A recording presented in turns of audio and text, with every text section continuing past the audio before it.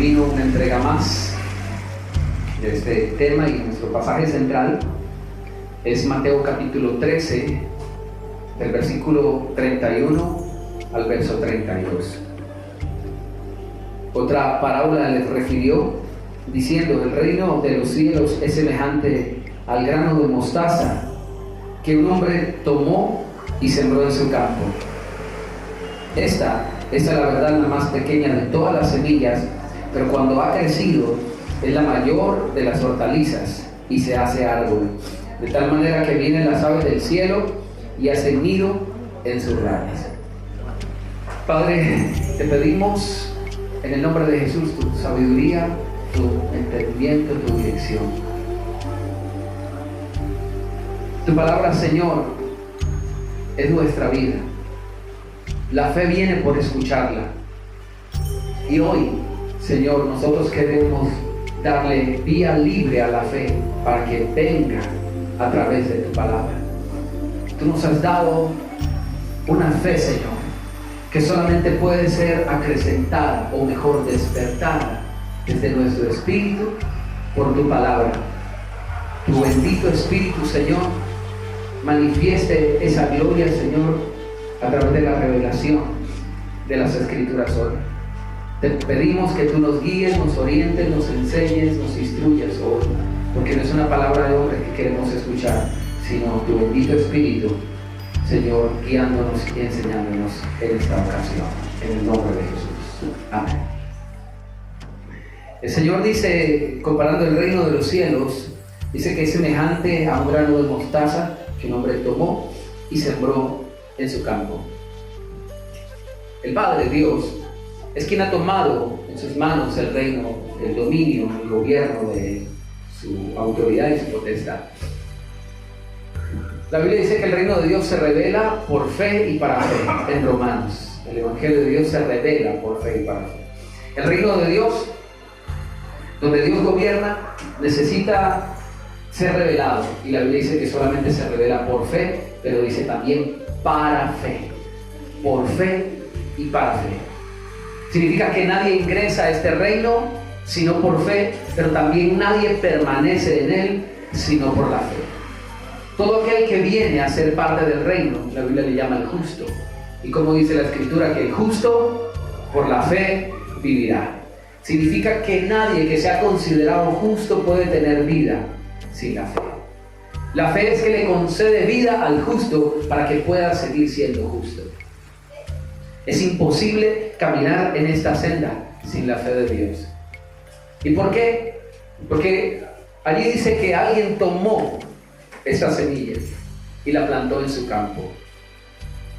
En el mundo, en el sistema del mundo, la gente cree tener fe. Y usted habrá escuchado esas afirmaciones de la gente que no conoce a Dios diciéndole a otros: tenga fe, crea, sea optimista, sea positivo, póngale fe al asunto, todo lo que haga, hágalo con fe, juegue esta lotería con fe, haga esto con fe, trabaje con fe.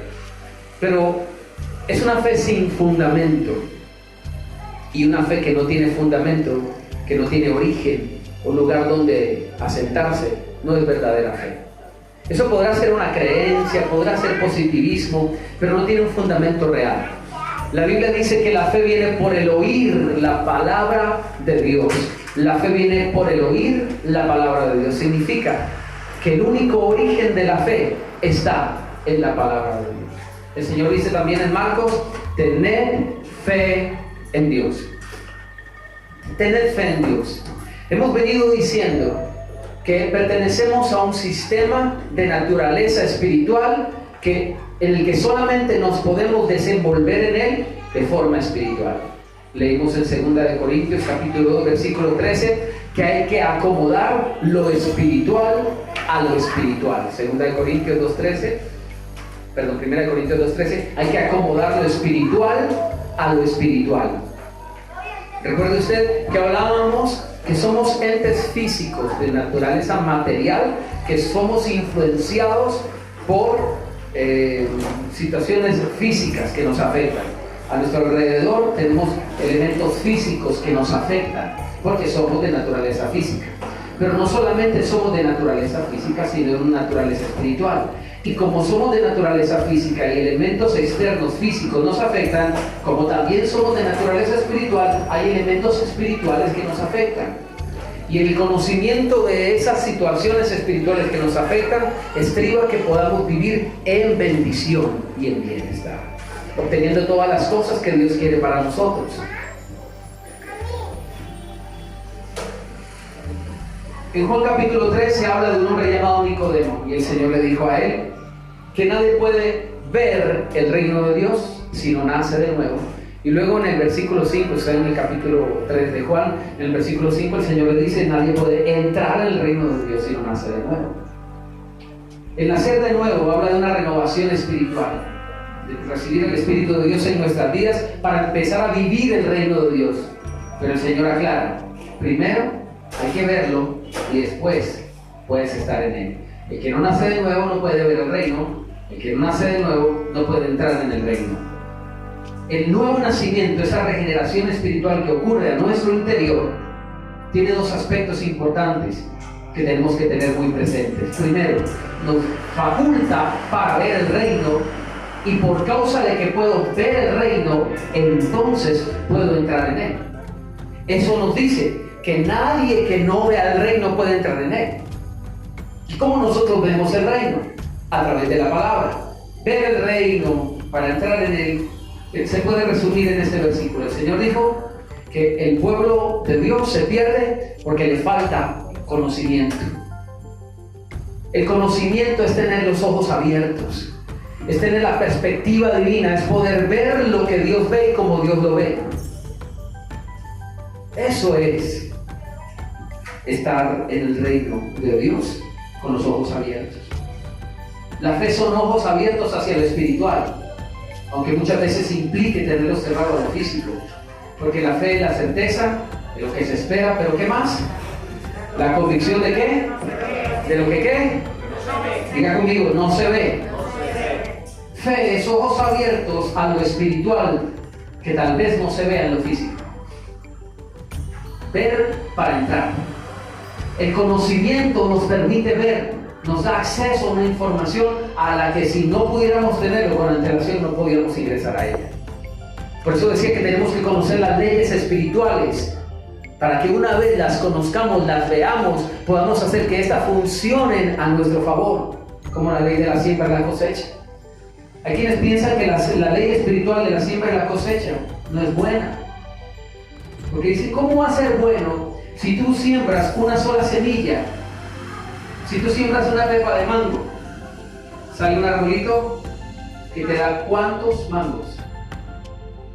¿Cuántos? Muchos, ¿verdad? Muchos, porque después de una cosecha viene la otra, después de una cosecha viene la otra y otra.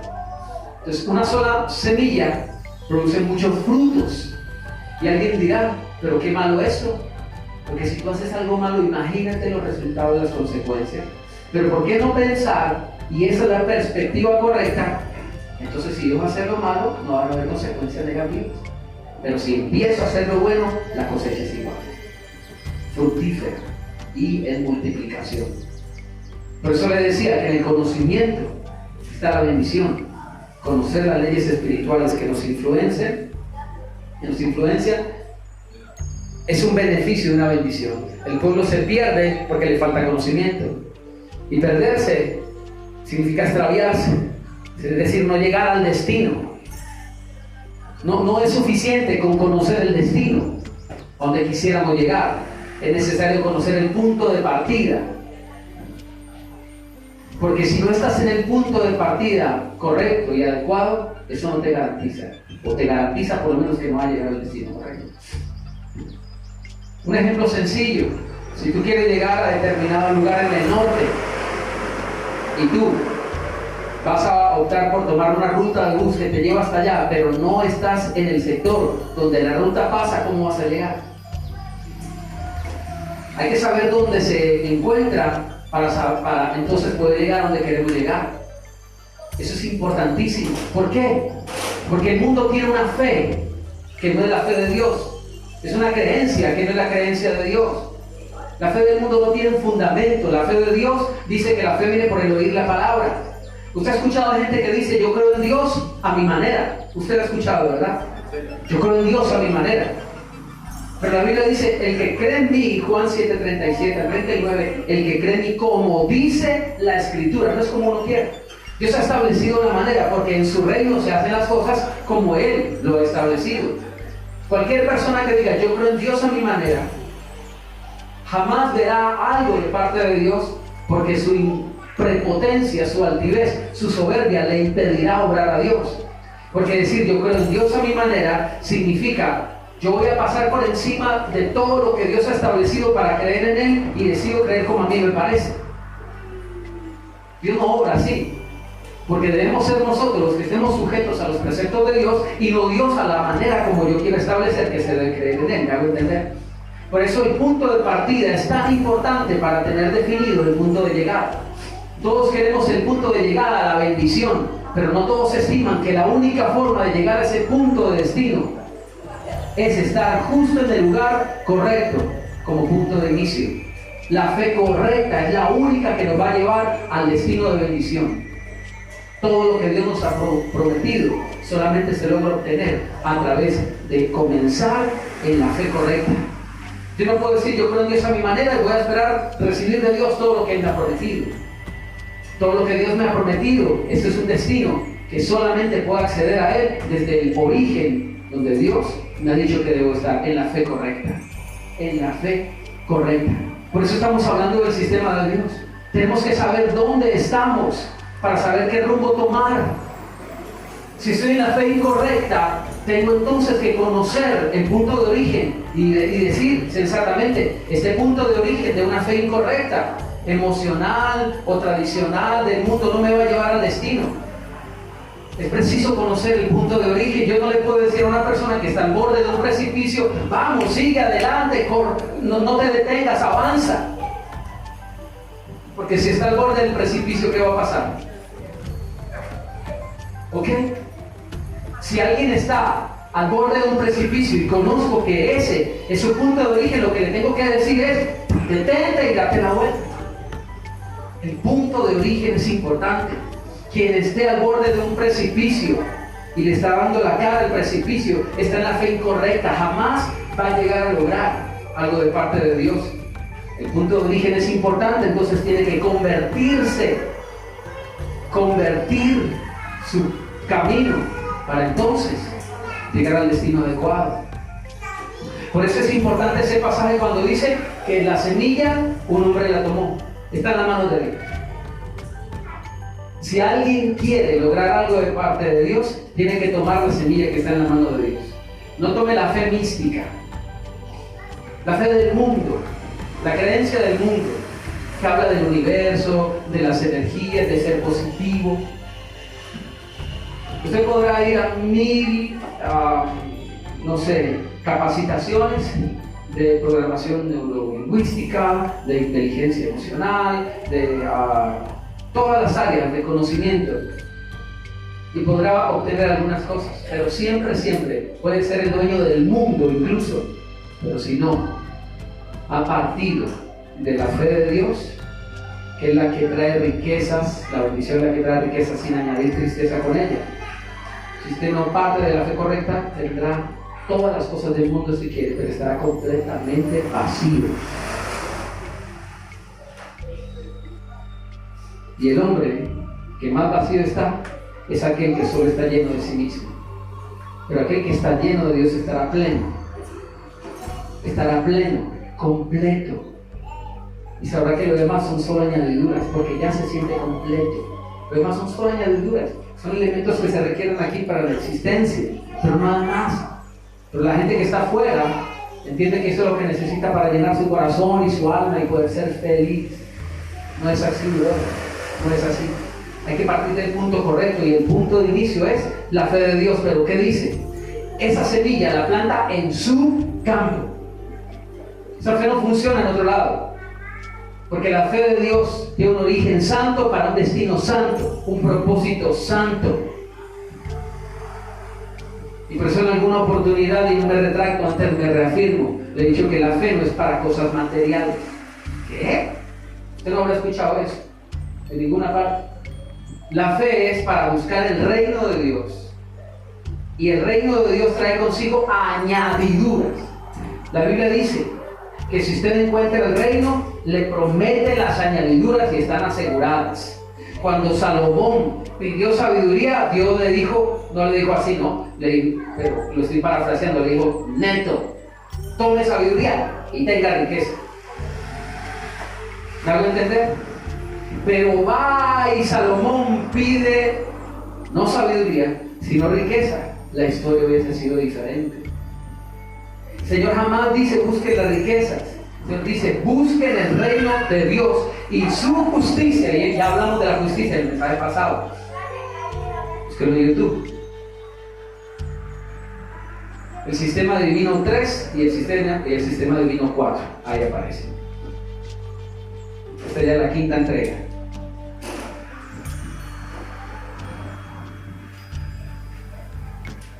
El Señor sembró su semilla en su campo. Es en el reino donde funciona. En el reino. Esa fe funciona en el reino.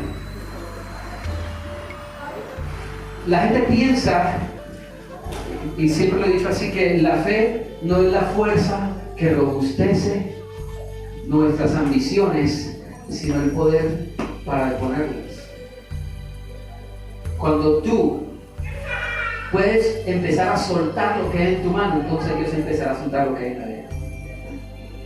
Porque para Dios darte siempre, te tiene que primero de su justicia. Para Dios darte la vida, Dios te dijo primero, entrégame la tuya. Yo ya di la mía, entrégame la tuya. Mi vida es tuya cuando la tuya sea mía. ¿Cuántos quieren vivir la vida de Dios? ¿Cuántos quieren vivir la vida abundante de Dios? Tengan muy presente la pregunta y la respuesta que acabo de dar. Ahora yo le digo, ¿cuántos realmente le han entregado su vida a Dios? Es la misma pregunta. Es la misma pregunta. Si tú quieres la vida de Dios, tú tienes que entregarle tu vida a Dios. Porque todo lo que tú sueltes de tu mano determinará todo lo que Dios suelte de la suya. Todo lo que tú sueltes de tu mano determinará lo que Dios suelte de la suya. Entonces, dice la Biblia que esa semilla Dios la sembró en su campo. Esa fe solamente obra en su reino. Y aquí se hacen las cosas a la manera de Dios. La pregunta es, ¿cómo funciona o cuál es el desarrollo de esa semilla que Dios ha sembrado en su campo? ¿Cómo funciona? Sigamos leyendo. El versículo 32 dice, esa semilla de grano de mostaza de la que se refiere el verso 31 dice, esa la verdad, la más pequeña de todas las semillas. Diga conmigo, la más pequeña. Esa es la verdad, la más pequeña de las semillas. Pero cuando ha crecido, diga conmigo, cuando crece, cuando ha crecido es la mayor de las hortalizas y se hace árbol, de tal manera que vienen las aves del cielo y hacen nido en sus ramas. La semilla de mostaza es una semilla muy particular, porque de entre todas las hortalizas, lo decíamos en la anterior entrega, es la única planta, porque todas las hortalizas son plantas, esta es la única hortaliza que tiene una transformación. Y no se queda siendo solamente planta, sino que se convierte en árbol con ramas firmes, donde los pájaros hacen nido. Los pájaros no hacen nido en matas, en plantas. ¿Alguien ha visto un nido en una lechuga? Una zanahoria. Esta hortaliza tiene como origen la semilla más pequeña.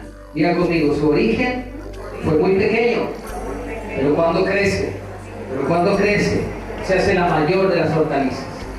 Entre todas las hortalizas, todas la miran con envidia, porque esta es la mayor.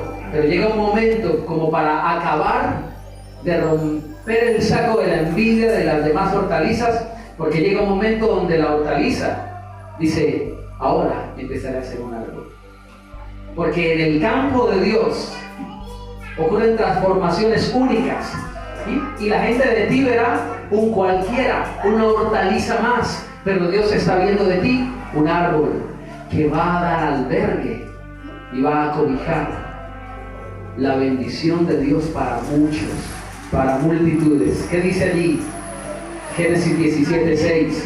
Te multiplicaré de una manera muy pequeña, amén, en gran manera, y haré naciones de ti, y mendigos saldrán de ti, amén.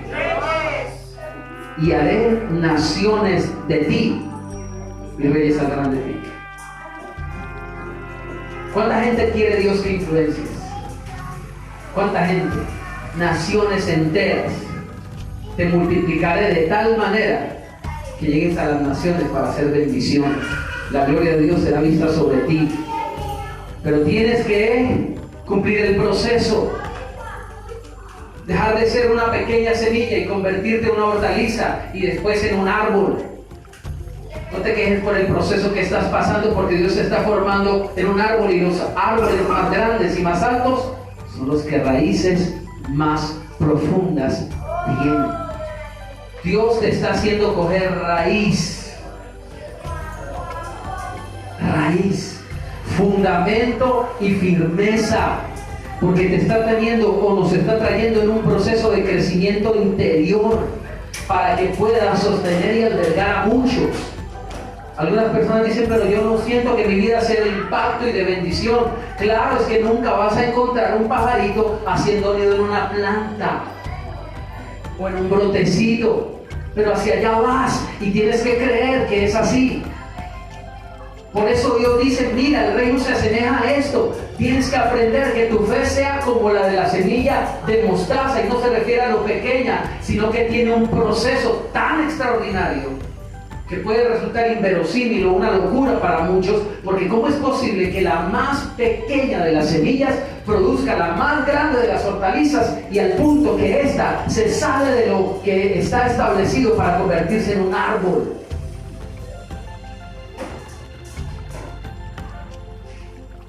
Vean que está a su lado, ¿no te dije? Que si crees, verán la gloria de Dios. Pero a la gente lo único que le importa es lo que los demás ven. Y nos vemos desde la perspectiva del mundo que nos señala y que nos dice, no vales, no sirve, no eres nada, no eres nadie. Y lo peor de todo es que esos conceptos los hemos hecho nuestros. Pero esos paradigmas que están establecidos en el mundo, que dice que si una persona no tiene esto, no tiene esto, no tiene eso, es esto, fracasado, no es nada, no es nadie. Y nosotros definimos nuestra identidad desde eso, pero nos olvidamos que en este campo, porque el Señor la sembró en su campo, cosas extraordinarias ocurren. Una semilla pequeña, un árbol gigante. ¿Usted se acuerda de José? Don José, el carpintero, no digo, José, el de la Biblia, el que fue rey de Israel. ¿Cuántos se acuerdan del rey de Israel llamado? David, perdón, estoy hablando de David. El rey de Israel, David. Era para si estaba concentrado. El rey de Israel llamado David. Todos se acuerdan. Pero a veces nos olvidamos de su historia. Resulta que un día Dios lo llamó, el profeta, y le dijo, mira, vamos a hacer un asadito en tu casa. Un asado. ¿Y eso? ¿Con qué motivo? Porque hay una bendición grande para su casa. No le puedo decir, cuando estemos allá, por eso prepara el mejor banquete. Y por favor, cíteme a todos sus hijos, porque por ahí viene la bendición. Y ahí se quedó pensando, ¿y cómo así? ¿Qué bendición? Prepararon todo y todos estaban en la cena para comer. Empezaron a repartir los pasabocas y todo el mundo. El aperitivo. Llegó el plato fuerte. Ya estaban tomando café todos barrigones. El carbón se había apagado. Y el profeta, esperando, pero el Señor no me ha dicho nada. Isaías estaba como, bueno, ya está corriendo la noche. Y entonces, ¿qué me cuenta Samuel? Y Samuel, el profeta, pero Dios no me ha dicho nada. Y va y le dice, ¿no tienes otro hijo? Porque Dios no le había dicho que alguno de los que estaba allí presentes era el ungido, la persona que tenía que ungirlo como el rey de Israel. Y va se le ocurre decir eso. Es que Dios no me ha dicho nada, que ninguno de estos es. Va y le pregunta, ¿no tienes otro hijo? E Isaías dijo, sí. Y empezó a mirar. No. Ah, sí, dijo. Sí, sí, claro. ¿Y dónde está? Ni siquiera había sido invitado allí. El rey de Israel, dice la escritura de David, detrás de las ovejas se tomé, ni siquiera delante. Esa palabra es muy significativa.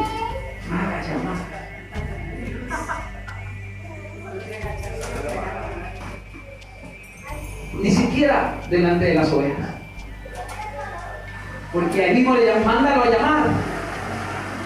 Y le timbraban el buzón de mensajes, buzón. Tímbrenle al otro. Si usted llama correo de voz.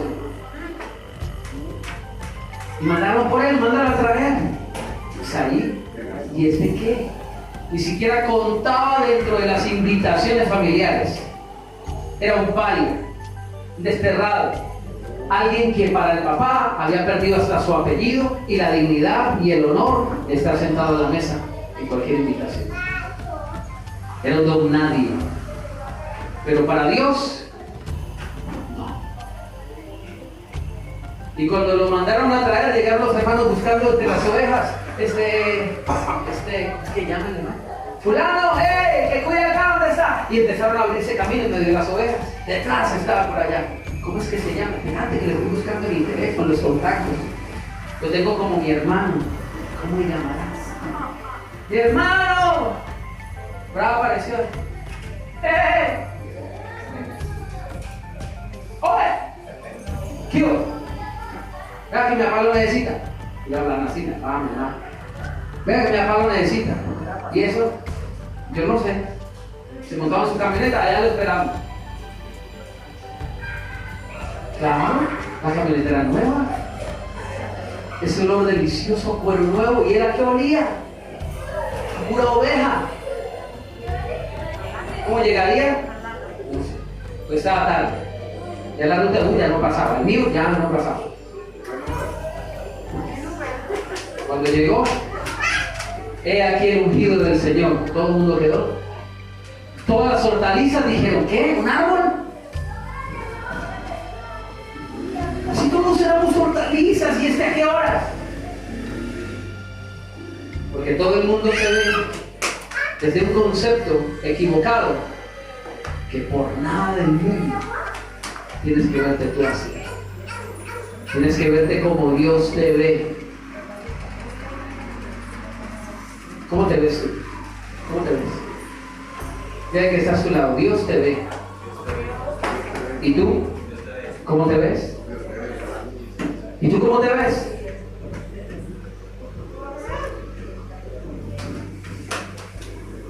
¿Cómo nos vemos? De detrás de las ovejas, Dios pone reyes en sus palacios. Así que si alguien, algo, un sistema, te señala, te acusa y te dice, mírate, fracasado. Mírate, incapaz. Tú tienes que verte como Dios te ha visto. Pero la pregunta es, ¿qué estaba haciendo David detrás de las ovejas? La Biblia dice que nosotros tenemos que ser imitadores de aquellos que por la fe y la paciencia heredan las promesas. Significa que hay promesas repartidas para todo el mundo, pero que no todo el mundo hereda. Solo aquellos que tienen fe y tienen paciencia. ¿Cuántos tienen fe? ¿Y cuánto le falta paciencia? Es a través del tiempo, brother. Porque la semilla que hoy es semilla, mañana no va a ser un árbol. Ni pasado mañana. de mostaza. Toma tiempo. Toma tiempo. Toma tiempo. ¿Cuánto tarda? Tú eres el único que define el proceso. Ni siquiera depende de Dios. Dios es el que dice cuándo es el momento, porque te ha visto a ti preparado y listo. Dios dice, ahora es el momento, ahora es el tiempo de la bendición, pero solamente tú eres el que lo determinas. Solo tú. Está en tu voluntad, tu libre albedrío. Pero tenemos que ir rápido con esto. Tenemos que empezar a creer ahora por las cosas extraordinarias de Dios, porque nosotros no tenemos una eternidad para decidirlo. Hay gente que se le pasa la vida, y literal se le pasó la vida. Lo que era la vida pasó delante de él y nunca pudo acceder a ella. Andan ajenos de la vida que Dios da. Y es la fe lo único que puede hacer que nosotros vivamos esa vida extraordinaria que Dios compró para nosotros. Seamos imitadores de aquellos que por la fe y la paciencia heredan las promesas. Promesas que tienen que ser heredadas, pero solo por la fe. ¿Y cómo es la fe? Dios dice, como el grano de mostaza. Dice este pasaje: esa es la verdad la más pequeña de todas las hortalizas, pero cuando ha crecido la mayor de las hortalizas y se hace árbol, de tal manera que ven las aves del cielo y hacen nido en sus ramas.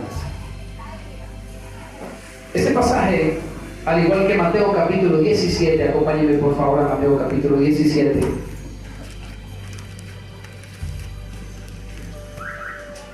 Hace causar confusión a algunas personas por un mero problema de semántica, ni siquiera de semántica, sino de la comprensión, de la mala lectura del pasaje. Mateo capítulo 17, en el versículo 20, voy a leer desde el verso 19.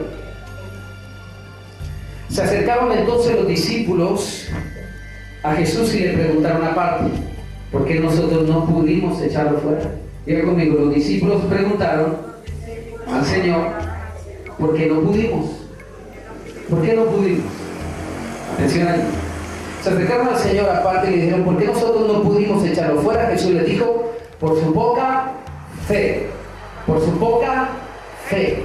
De verdad les digo, de cierto les digo, que si tienen fe como un grano de mostaza, le dirán a este monte: pásate de aquí a allá, y se pasará, y nada le será imposible. Y nada le será imposible.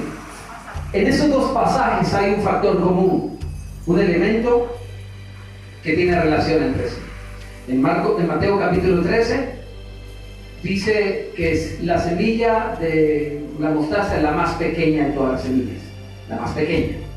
En este pasaje los discípulos le preguntan: ¿por qué no pudimos? Se le dice: por su poca fe. Hay una relación para algunas personas en su cabeza de que la semilla de mostaza está relacionada con algo pequeño. Pequeño. Algo poco. Y como le relaté en algún momento, la mayoría tenemos la convicción de que la semilla de mostaza que se parece a la fe significa que hay que tener una fe, aunque sea muy pequeñita, para lograr cosas grandes. Y la mayoría de la gente vive frustrado porque dice: sí, no he podido ni siquiera tener fe para conseguir poder pagar un recibo, y la poquita fe que solamente se necesita para eso yo ni siquiera la tengo, entonces ¿yo qué soy? Ni siquiera tengo ese poquito de fe. No, la mayoría está frustrado porque no entiende que la fe del grano de mostaza no se refiere al tamaño, sino al proceso. La fe del grano de mostaza se refiere al proceso que pasa la mostaza, de algo muy pequeño a algo que va creciendo, se va desarrollando. Cuando crece, llega a ser lo que es por naturaleza una hortaliza, pero después sufre una transformación inmensa y extraordinaria, por encima de lo que está establecido, por encima de lo normal. Ese es un cristiano. Cuando llega a estar por encima de lo normal. El camino del justo es como la luz de la aurora, que va en aumento hasta que el día es perfecto. Cuando el Señor les dice por su poca fe, la pregunta que cabe hacernos aquí es: ¿cuál es la poca fe a la que el Señor hace referencia? ¿La poca fe que se tiene o la poca fe que se usa? ¿Por qué no pudimos? ¿Cuántos se han hecho esa pregunta en algún momento de su vida? ¿Por qué no he podido hacer esto? Oye, ¿por qué me está quedando grande este asunto? Oye, ¿yo cómo hago? Es que yo no he podido. Y es que a mí no me sale. ¿Por qué fulano sí puede? Yo no puedo. Es legítima esa pregunta. Hay gente que ni siquiera se atreve a pensarla porque dice: no, es que eso es un negativismo impresionante. ¿Yo cómo voy a tener eso en mi mente? El por qué no puedo es el inicio de una gran transformación. La conciencia, el dictamen, es el principio de la respuesta, de la sanidad. A veces nosotros rehuimos a esas realidades que son el origen de grandes sanidades. Cuando tenemos el dictamen, entonces tenemos el principio de la sanidad y la restauración. Si tú no sabes lo que tienes, jamás vas a abrir camino para el cambio, para la transformación, para la sanidad. Si su médico le dice: vea, usted tiene este problema en la sangre, colesterol y demás, y le dice: tiene que dejar de comer esto y tiene que empezar a comer esto, solamente esa restauración en su salud viene porque tiene un dictamen. Por eso le decía que es necesario conocer el origen, no solamente el destino. Todos sabemos dónde queremos llegar, todos queremos las bendiciones de Dios, pero ¿y el origen? La fe no tiene que ser pequeña, la fe tiene que crecer y crecer. La pregunta es: ¿cómo crece? Y eso es lo que vamos a ver ahora, después de esta breve introducción. Por su poca fe. Recuerden que habíamos visto el pasaje de Mateo capítulo 6, desde el verso 25 hasta el verso 34, donde justamente el Señor es donde dice en el verso 33: mas busquen primeramente el reino de Dios y su justicia, y las demás cosas vendrán por añadidura. Pero en ese pasaje de Mateo capítulo 6, pero en el versículo 31 y 32, el Señor dice: no se angustien pues diciendo que comeremos, que beberemos, y luego dice el verso 32: porque los que no conocen a Dios son los que se angustian por estas cosas. Bueno, los gentiles dice allí. Y 1 Tesalonicenses capítulo 2 versículo 5 dice que los gentiles son los que no conocen a Dios. No se angustien pues diciendo que comeremos, que beberemos, porque los que no conocen a Dios son los que se angustian por todas esas cosas. Ahora bien, cuando uno pone la frase en estos términos, la gente que se angustia es la gente que no conoce a Dios, no suena normal. Claro, es que ellos se angustian porque ellos allá afuera no conocen de Dios. Pero si volteamos la frase, mire cómo queda. Si uno dice: la gente que no conoce a Dios es la gente que se angustia, allá uno no mira solamente allá afuera. ¿Cómo suena de diferente decir la gente que se angustia es la gente que no conoce de Dios, a decir la gente que no conoce a Dios es la gente que se angustia? Eso ya sería una exhortación muy grande. ¿Cuántos decimos que conocemos a Dios, pero mantenemos angustiados? La angustia es el resultado de no conocer a Dios. Por eso la fe tiene que crecer. Y la gente que está esperando ser un árbol y todavía está caminando en la angustia, ni siquiera ha abierto el capullito ese de la semilla. No tiene ni siquiera un brote. Por eso el Señor dice: no se angustien, sigue el proceso, empiece a creer. Usted tiene todas las razones para creer. Que yo estoy al tanto, que yo estoy al frente de esta situación. ¿Por qué duda de mí? Ya hablamos de los pajaritos, ya hablamos de los líderes del campo.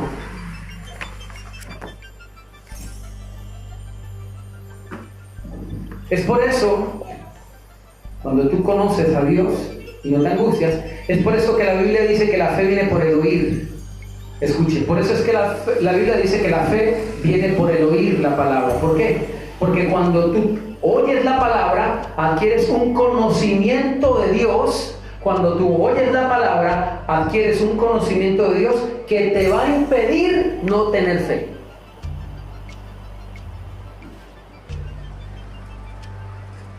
Es imposible que alguien que realmente escuche la palabra no tenga fe. La fe viene por el oír la palabra.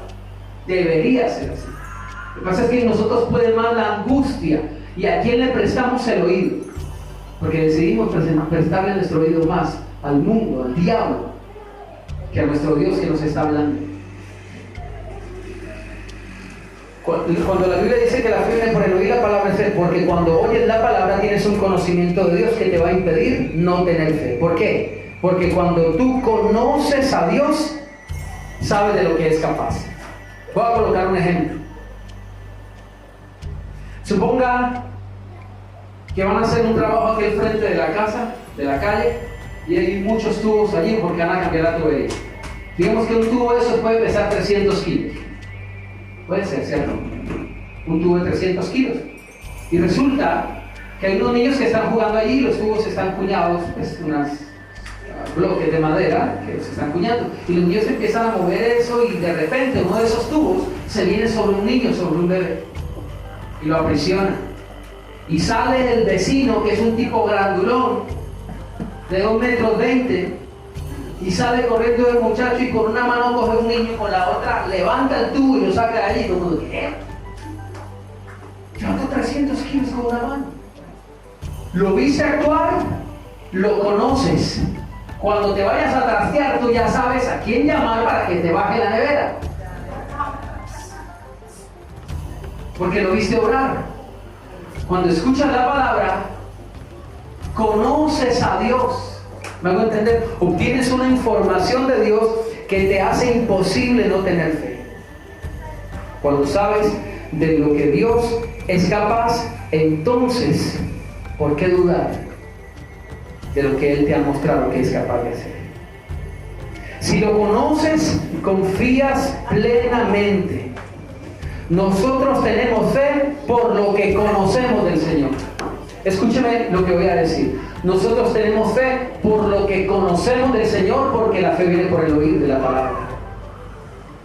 Significa que no tener fe literalmente es desconocer a Dios. Y eso es muy terrible. No tener fe entonces es desconocer a Dios. Ahora, la expresión, por ejemplo, por dar un ejemplo, la expresión ¿y yo de dónde voy a sacar? Manifiesta un desconocimiento total de Dios. Es casi como decir, yo no conozco a nadie que me pueda ayudar en esto.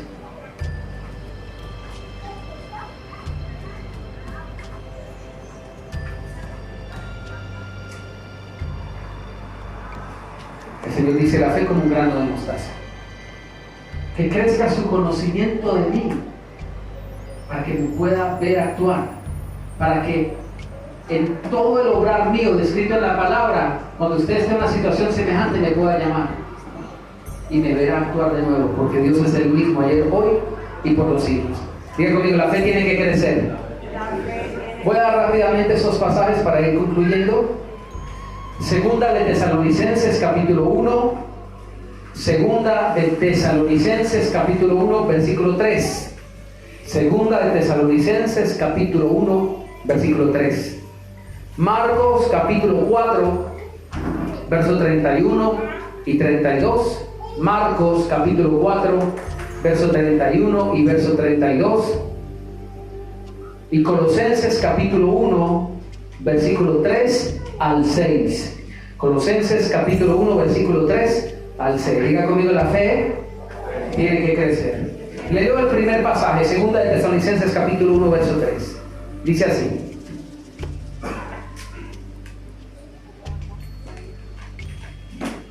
debemos siempre dar gracias a Dios por ustedes, hermanos, como es digno, por cuanto su fe va creciendo. Diga conmigo, la fe va creciendo. Y el amor de todos y cada uno de ustedes abunda para con los demás. Pablo está agradecido con Dios por los de Tesalónica, los tesalonicenses, porque su fe va creciendo.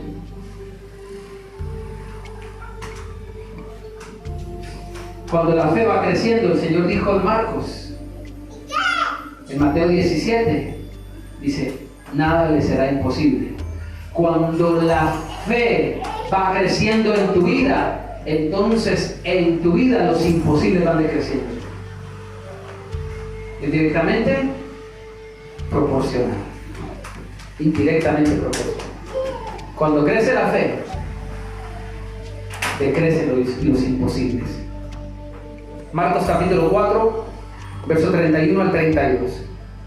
Es como el grano de mostaza, vuelve a repetir lo mismo que en Mateo 13, que cuando se siembra es la más pequeña de todas las semillas que hay en la tierra. Pero después de sembrado crece, mire cómo dice Marcos, después, verso 32, después de sembrado crece. Algunos ni siquiera han sido sembrados en la fe. Todavía están caminando por su lógica, por su razón, y quieren ser prósperos y benditos y no están honrando a Dios. Ni siquiera han sido sembrados. Cuando es sembrado, entonces crece.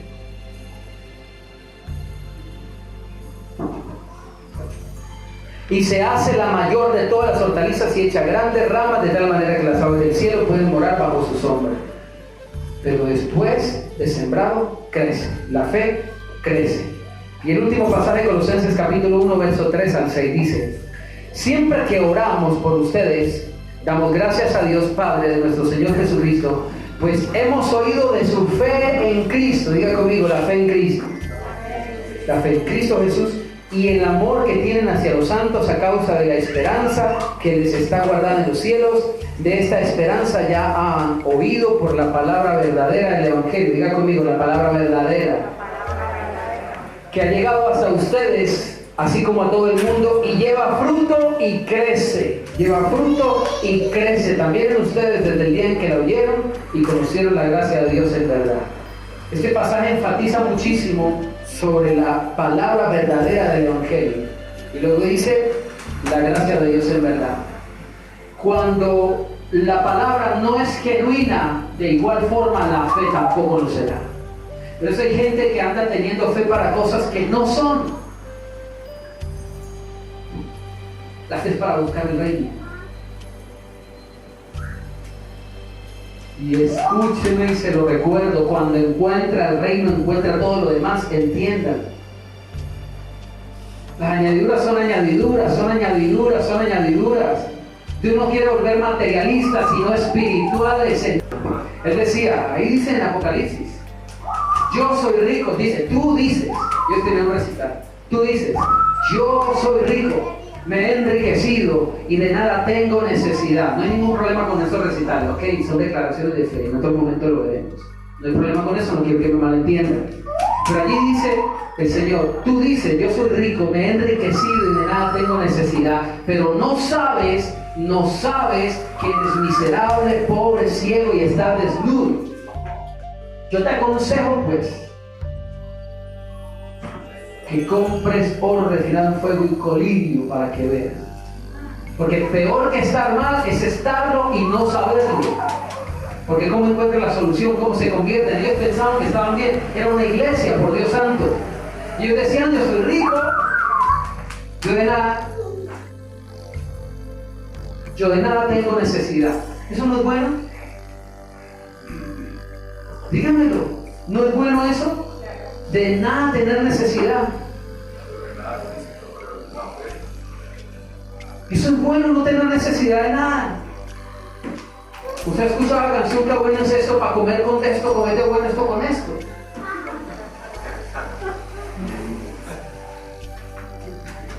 Si habría maíz, le haría una arepa, pero ¿cómo hago si no hay parrilla? No tener ninguna necesidad parece bueno, pero la iglesia lo proclamaba y Dios les dijo, no, miserables, pobres, ciegos, están desnudos. Porque la riqueza no es la que llena los bolsillos, papá, la que llena el corazón, y cuando se llenan el corazón, entonces lo demás es una añadidura, brother. Añadidura, añadidura, añadidura. Es una añadidura. Y usted dice, ya te veo en ti el reino. Toma lo demás, papito.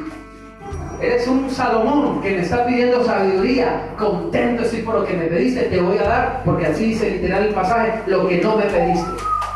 Porque yo sé que lo necesitas, yo sé lo que lo necesitas. Ni aun Salomón con toda su gloria se viste mejor en la ley que lo que Dios viste en la gracia. Si Salomón en la ley se vistió muy bien, los lirios de la gracia se visten mucho mejor. Dios no tiene problema con eso. Pero ¿por qué Dios no lo hace conmigo? Porque yo veo que unos pueden y a uno les funciona y Dios los bendice, Dios les paga deudas y Dios hace esto, y ¿por qué no a mí? Hombre, estás comparando una semilla que está en proceso de crecimiento con alguien que ya llegó a ser árbol, brother. Tienes que saber en qué proceso estás. Es que Dios me enterró, no, Dios te sembró. Sigue creciendo, sigue perseverando.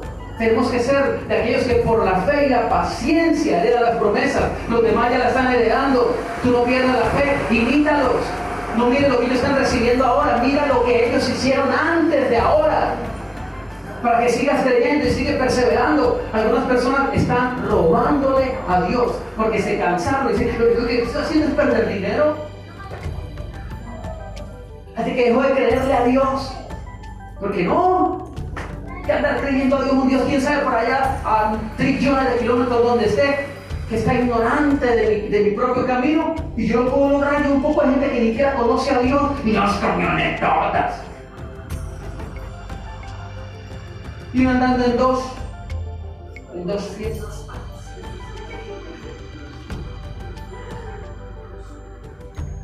Eso se puede lograr, claro. El hombre fue hecho a semejanza de Dios.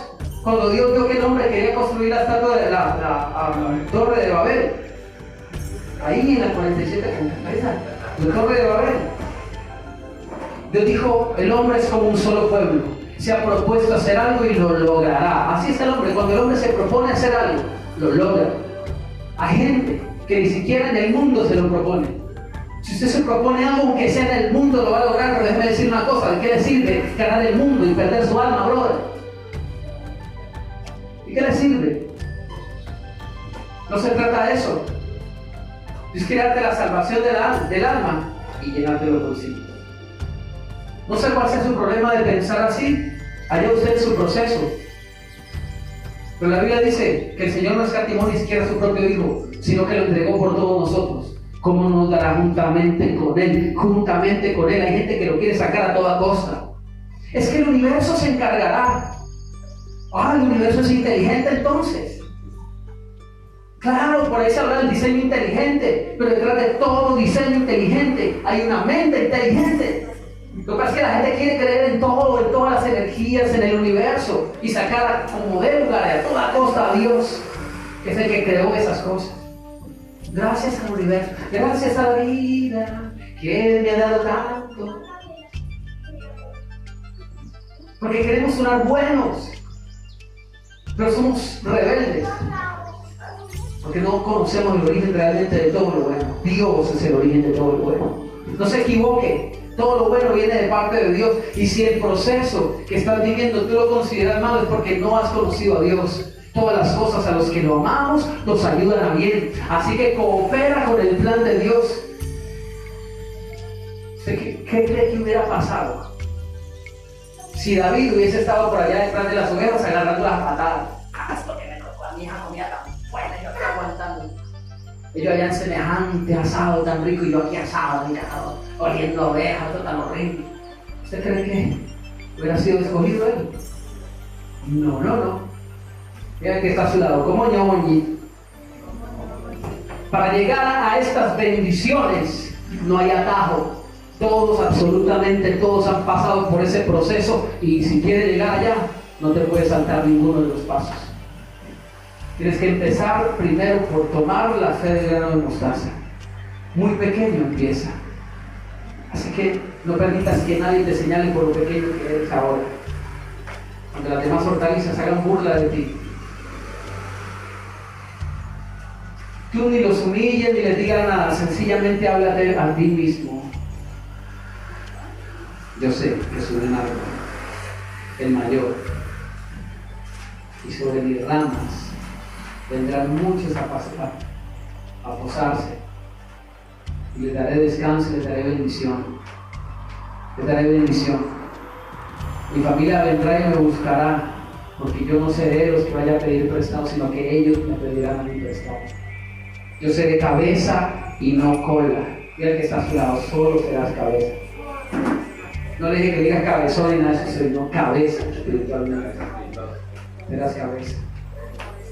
Usted tiene que tener esa determinación, usted tiene que tener esa determinación y tiene que sacar la cabeza, cabezón, por su familia.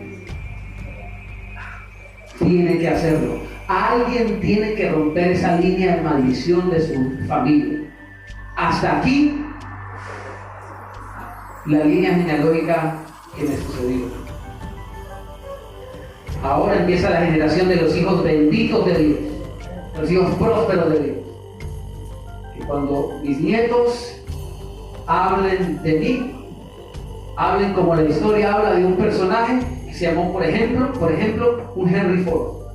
¿Quién habla del papá de Henry Ford, del abuelo de Henry Ford? ¿Quién habla de ellos? Tú tienes que ser valiente y esforzado y no ser cobarde.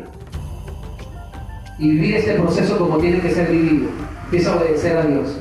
Pórtese a la altura de este llamado excelente. Empieza a obedecer a Dios. Haga lo que Dios le dice. Deje las excusas, porque Dios no tiene excusas para bendecirte, porque tú sí las tienes para obedecer. Dejemos las excusas y empecemos ahora, porque nuestra vida ahora tiene que cambiar. Entre más pasa el tiempo, menos vida vamos a tener. Cuando dicen por allí, y habrá escuchado esa reflexión, no es un día más. Un día más de vida tenemos hoy. Realmente es un día menos. Un día menos. Cuando tú pones un calendario a comienzo de año, lo que empiezas a hacer es quitarle hojas y quitarle hojas. Y el taco empieza a disminuir de tamaño. Entre más te demores en empezar a obedecer, más tardarán las bendiciones en empezar a llegar. Porque el proceso no tiene un atajo. Deja buscar atajos, estás perdiendo el tiempo buscando atajos. Señor, bendíceme con la lotería, Padre de la gloria. ¡Oh, santo Dios! Con la lotería. Estás perdiendo tu plata. Y peor, te está ganando una maldición porque estás deshonrando a Dios, porque Dios así no bendice. No solo estás perdiendo dinero, que debería ser santo en las arcas de Dios. El dinero de ir para allá empieza a ser maldito.